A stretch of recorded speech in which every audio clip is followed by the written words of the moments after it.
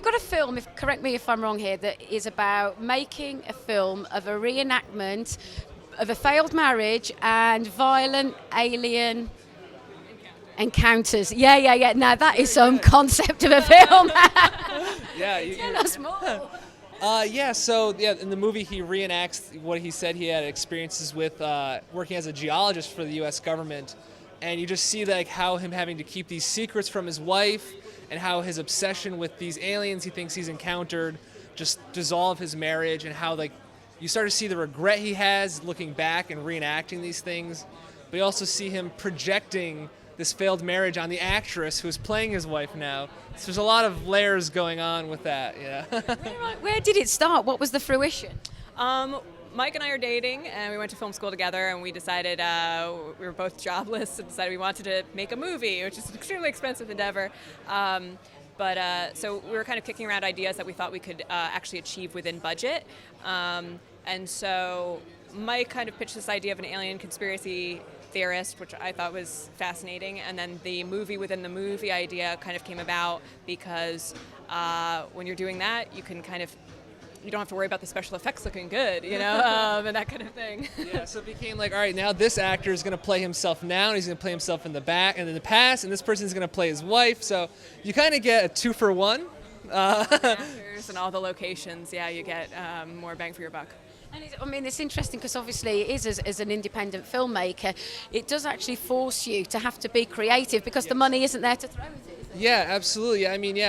There are parameters, and I think trying to do something bigger than you can accomplish is always not going to work, And so I do think limitations do enable creativity, not always limit it, And I was wondering as well with regards to the geologist, that whether there was a kind of catharsis for him within the character, and that's the kind of arc for him that he's trying to almost come to terms with.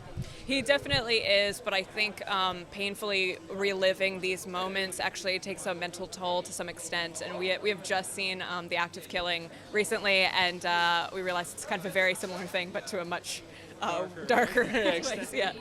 That is. Yeah, absolutely. But it's kind of the same sort of thing we were going for. And coming from film school, you're now working with these actors. And what kind of the process that do you enjoy that side of it? Oh, we loved working with the actors, and our cast was terrific. I mean, we were very lucky that we got them because it wouldn't have been half the movie if it wasn't for them.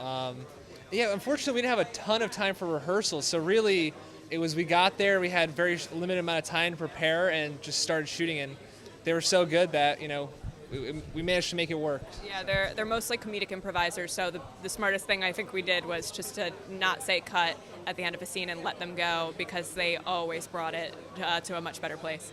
And I would imagine then, if they are improvisers, you're quite happy to be a little more not so precious over the script and the dialogue. Yes. You can allow the magic in the moment between the actors. Absolutely. I mean, I've learned I'll take a good idea for free any day. If someone can bring me something, I'll use it. And I think that's also working together. You have to be very open to another person's ideas and just communicate about it and find a place where you think everything works. So that's what's so exciting about working with actors, is that they have their own ideas. They come to you and they say, "I don't think my character would do this," and you're like, "Oh, I didn't really think about it from that perspective." Absolutely. Because they're looking into backstory and they have a different kind of feel for the character in a more kind of instinctive way, don't they? Absolutely. Yes, they do. Yeah. Yeah, it's great. And you're here at FrightFest. How exciting as well. And there's nothing quite like, an audience seeing your work, is there? Oh my God, it's been so great, and everybody has been so supportive, and the crowd was really reacting and laughing, and it was great. Yeah, it's terrific audiences here and fans, and the people who put it together do such a great job too. I mean, it's incredible, and it's so hard to do. You can just see how much work they're doing. So.